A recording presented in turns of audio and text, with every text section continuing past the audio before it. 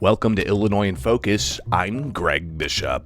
Coming up, we'll review the week's top stories about the ballot controversy for the March 19th primary and a questionable study into the state's sunsetted school choice program. I'll then join the Center Square's Dan McCaleb to further discuss those stories and more.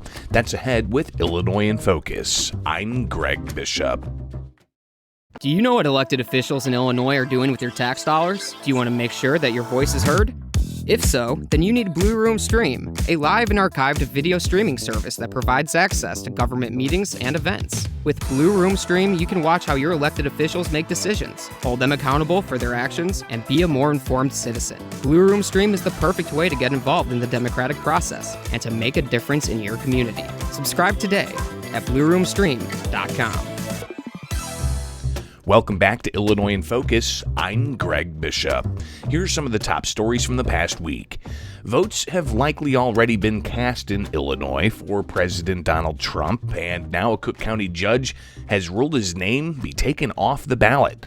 Katrina Peterson reports. Republican State Representative Chris Miller said President Trump will be on the ballot until the issue is resolved by the United States Supreme Court. In the early voting, people have already voted for President Trump in the primary. I'm not sure what they're going to do there. Miller and State Representative Adam Niemerg raised questions about a recent law signed by Governor J.B. Pritzker. Didn't the General Assembly pass a law that these things could only be heard in Springfield or Cook County? Yes, they passed a bill to where it would make it to where Sangamon County and Cook County are the only two places where certain court cases can be heard. They circumvent the fifth, then go straight to Springfield or Chicago. So we've got great judges in our area. They're just trying to find ways around having these court cases heard here in Southern Illinois. The primary is March 19th. I'm Katrina Peterson.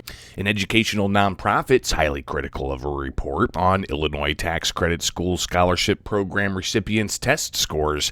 Kevin Bessler has that story. In the report conducted for the Illinois State Board of Education, analysts failed to compare low-income Investing Kids recipients to their low-income counterparts in public schools, instead comparing scores with all Illinois public school students. There needs to be a new study done, and we're confident that when they compare low-income to low-income, that the scholarship students did very well. That is Bobby Sylvester, Executive Director of Empower Illinois. The Investing Kids program was allowed to expire in December, but Sylvester is confident that Illinois lawmakers will address the program this spring. We know that legislators have been hearing from many of the scholarship parents who are facing some really difficult choices now that the rug has been pulled out from underneath them. Since the program's inception, nearly 41,000 scholarships have been awarded statewide. I'm Kevin Bessler. Those are the top stories from the past week from Illinois. Find more online at thecentersquare.com. Coming up for Illinois in Focus, I'll join the Center Square's Dan McCaleb to further discuss the news. This is Illinois in Focus, a production of America's Talking Network. I'm Greg Bishop. Tired of being in the dark about what happens day to day under the dome in Springfield? Do you want to be more informed in the decision-making process? If so, you need Blue Room Stream, a live and archived video streaming service that provides access to government meetings and events. With Blue Room Stream, you can watch elected officials in action, holding them accountable, and having your say on issues that matter most to you. Blue Room Stream is the perfect way to stay informed about Illinois state government and to be a more engaged citizen.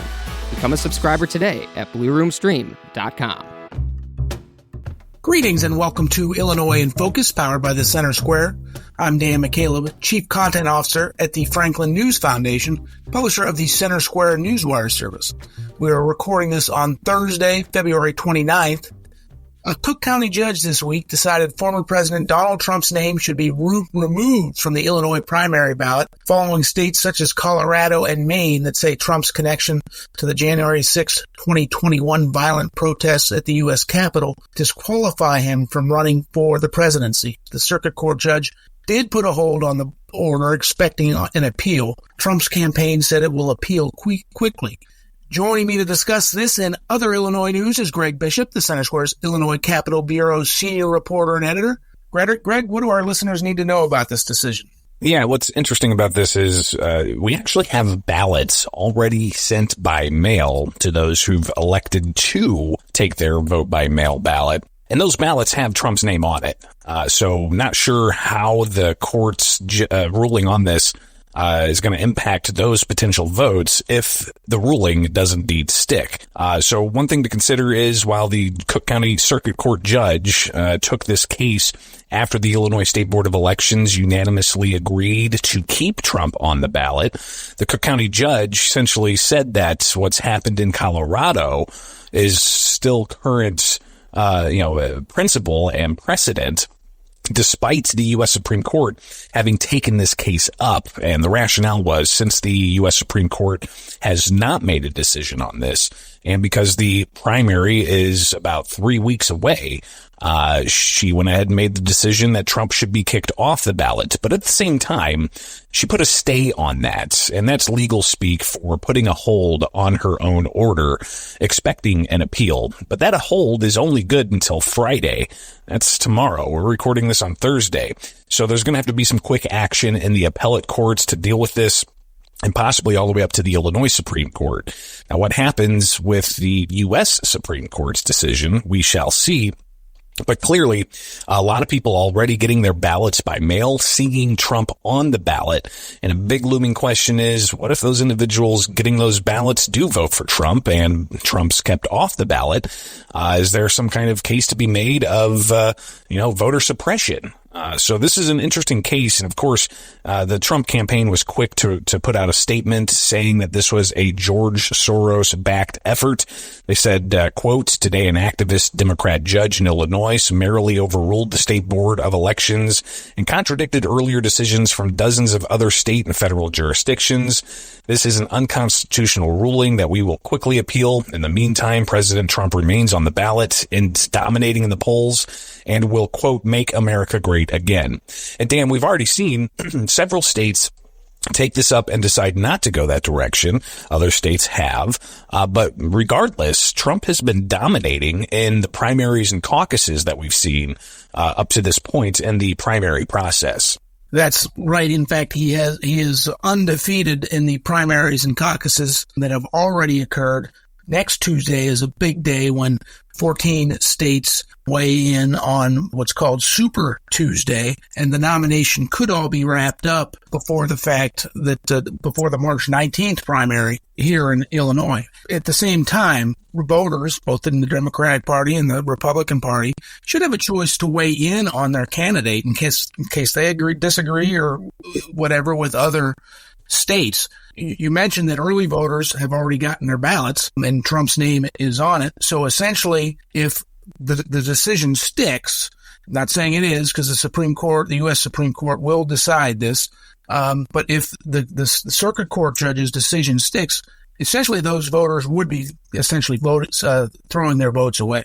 Yeah, and something else to just keep in mind with this entire process, the Trump campaign and Trump supporters have said he did not commit an insurrection. He's not been charged with insurrection. He's not been found guilty of insurrection. So it's interesting to see how some courts are interpreting this, and I think a lot of people are waiting to see what the U.S. Supreme Court has to say. And will they make that decision in time for the March 19th primary, or will that decision come after the March 19th primary? What about heading into the nominating convention for Republicans in July, let alone heading into the November general election? Still a lot of unanswered questions and a lot of loose ends to tie up. A couple of developments this week in the ongoing corruption allegations and prosecution of longtime former House Speaker Michael Madigan, not directly tied to his case specifically, but to ancillary cases that are connected to that. First, Madigan's longtime chief of staff will start his 2.5-year prison sentence on June 11th. That's Tim Mapes, served for decades under Madigan as the clerk of the Illinois House and as Madigan's chief of staff. And then a judge paused the sentencing hearing on the 4 former executives and or lobbyists at ComEd, the state's largest utility, to wait for the U.S. Supreme Court to weigh in on the federal bribery statute. Why don't we start with Mapes, Greg? What's going on there? Yeah, so Tim Mapes was the longtime House clerk under former Speaker Michael Madigan. He was also the Speaker's chief of staff, and he was wrapped up in all of this after being questioned by a grand jury, and apparently being found guilty months later on lying to the grand jury. And he was ultimately sentenced in this case again to 30 months behind bars. He'll have to report for prison June 11th. So his case doesn't necessarily stem directly from the alleged corruption that federal prosecutors say is called Madigan Enterprise, but it is what he lied about that ensnarled him in these charges and ultimately a guilty verdict. So Mapes is going to be facing that 2.5-year sentence come June 11th. But what's fascinating is the case with ComEd and the ComEd 4. You had that trial with a lot of information, a lot of undercover recordings, phone recordings, even undercover video recordings of various individuals involved in this, aired for the jury. So they heard all of this evidence. And surely they also heard from the defense, trying to, in a way, downplay the significance of the recordings. But ultimately, even though those 4 were found guilty, the sentencing has been postponed because of a question of, like you said, federal bribery statutes. And that's a case not connected with this at all, but still within the same vein of holding people accountable for alleged wrongdoing. The U.S. Supreme Court is sitting on that. So we may have to wait until the summer to get a ruling on that case. And whatever the outcome there is could determine what happens with the ComEd 4, but also as we anxiously await the trial of former House Speaker Michael Madigan, which is coming up later on this fall, heading into the November general election. So clearly, a lot of questions as to how the federal bribery statutes could be challenged. And I don't think it's even after we have the Madigan case, I don't think we're going to have any shortage of stories and possible appeals and all of the intrigue that there is surrounding this case, especially after it's following the longest serving state house speaker in history in the United States, in Illinois, with House Speaker Michael Madigan, and the nexus of power he had between being the speaker and directing what legislation is called, but also having the chairmanship for the Democratic Party of Illinois and directing how campaign funds would be used. So a lot more to come on this story. Right. Just in summary, the case against the ComEd 4 and against Madigan, as you said, coming up in October of this year. Essentially, prosecutors allege that there was a conspiracy to bribe Madigan with about $1.3 million in no-show jobs, contracts, and payments to associates of ComEd in exchange, to associates of Madigan in exchange for support with legislation that would benefit ComEd. And that's where this federal bribery statute comes in. I think it's a case out of Indiana that the U.S. Supreme Court agreed to hear and that will likely rule on in May or June this year. The outstanding question generally is what constitutes bribery. The ComEd 4 at trial said all they were doing was lobbying Madigan, and not bribing him for favorable legislation. So there's some gray areas in the law there that the Supreme Court will settle, and then these cases will be able to proceed. Moving on, Greg, there's a proposal in the General Assembly. The lawmakers are off this week. They return to session next week that would pay certain teachers across the state a retention bonus. Republicans and some others are pushing back on that. Tell us about this story. Yeah, this was kind of fascinating. It was a subject matter hearing on the mentoring program for teachers. And they also talked about principals mentoring others to become principals. So there was talk about that at the beginning and just kind of a general conversation about how important the mentoring program is. But then they had several other panels that they brought up, and there were a lot of questions on how to retain teachers in Illinois, in particular in certain school districts where they may have low income. So a proposal to take $10 million of taxpayer funds and give $4,000 bonuses to teachers across the state that was broached during this House Appropriations Elementary and Secondary Education Committee hearing. And when they were talking about this, of course, you had Republicans pushing back, asking questions about the cost, asking questions how they came about the total for the bonuses, asking questions about whether or not these types of things would even improve Illinois' educational outcomes. There's a lot of critics that say there are schools across the state that are not performing well, and student outcomes show that. But will teacher bonuses help with that? How are the unions going to be impacted by teacher bonuses? How will the unions react to some teachers getting bonuses in some parts of the state while other teachers are not getting bonuses in some parts of the state? So there were a lot of questions from Republicans, but it wasn't just Republicans asking questions. You had the chair of the Appropriations Committee, Will Davis, a Democrat, also asking pointed questions. And it seemed the general consensus, bipartisan general consensus, was this idea is not ripe.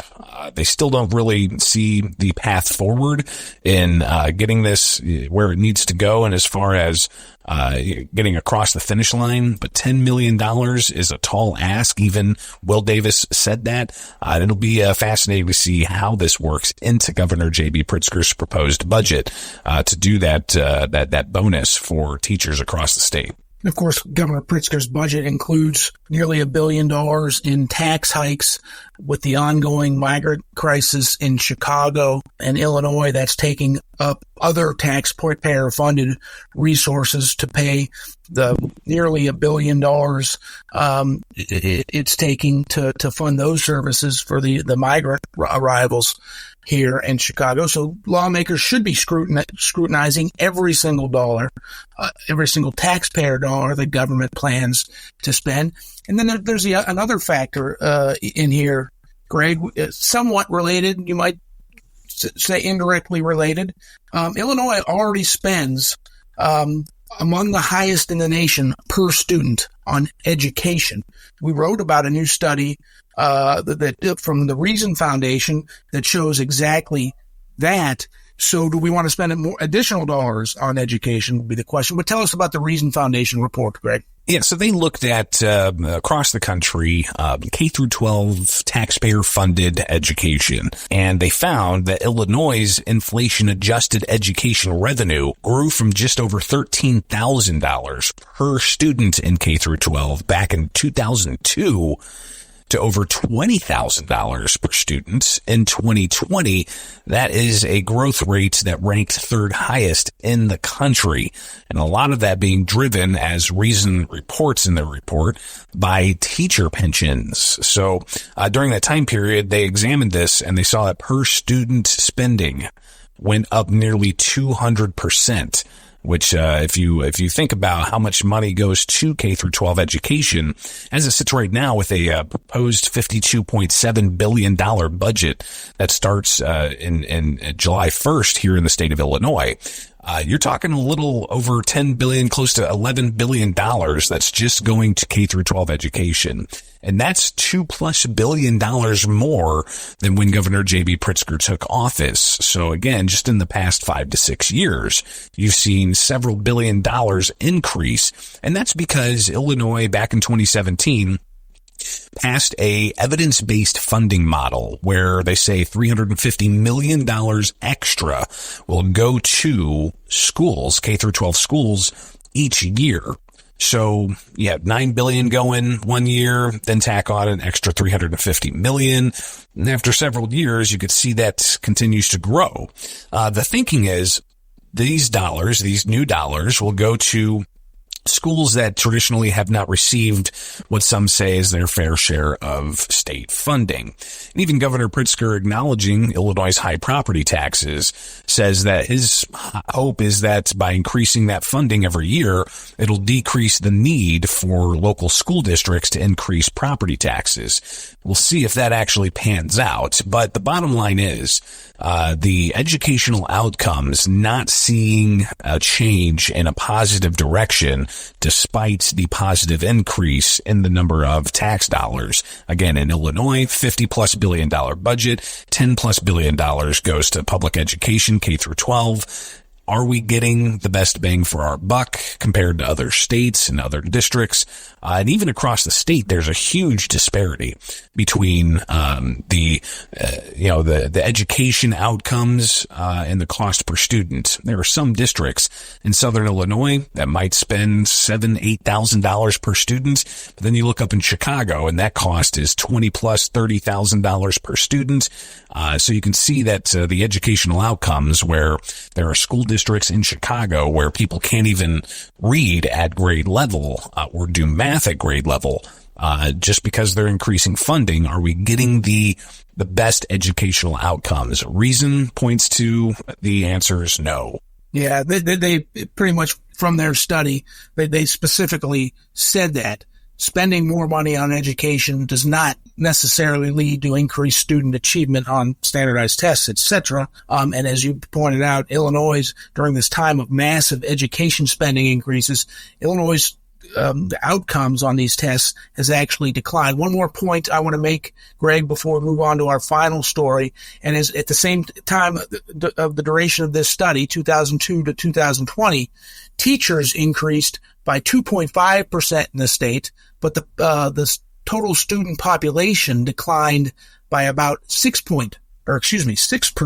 Right. We've talked about out-migration before on Illinois in Focus, Greg. We know hundreds of thousands of people have left the state on net over the past decade or so. Of course, that means students are leaving the state as well. So anyway, just pointing out that the enrollment is down while the number of teachers is up. One final story we have just a couple minutes to talk about, Greg, and that is we've talked in the past couple of weeks about the White Sox going to state lawmakers asking for about $1 billion in taxpayer help to build a new stadium in the South Loop.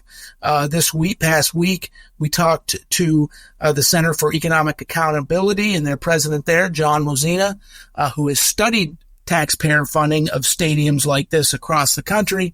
And he says taxpayers should not pay for it. Tell us about it. Yeah, he says it's just not worth it. And this is going to be an interesting storyline to follow, especially because Governor J.B. Pritzker has been asked about this for weeks whenever he makes a public appearance. And the question he's asked is, have you seen the proposal? What do you think?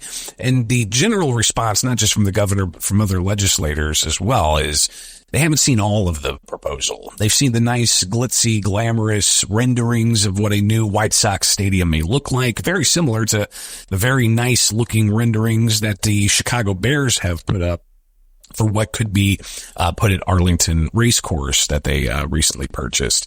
So the idea of using taxpayer dollars to subsidize private industry like professional sports, it comes with the question of, is there an economic benefit? Even just this week, Governor Pritzker was asked about this, and he said that taxpayer dollars are precious, and it was in the context, Dan, of giving taxpayer-funded grants to the film industry in Illinois. So he made an announcement this week that there's 3 film organizations across the state getting share of millions of dollars.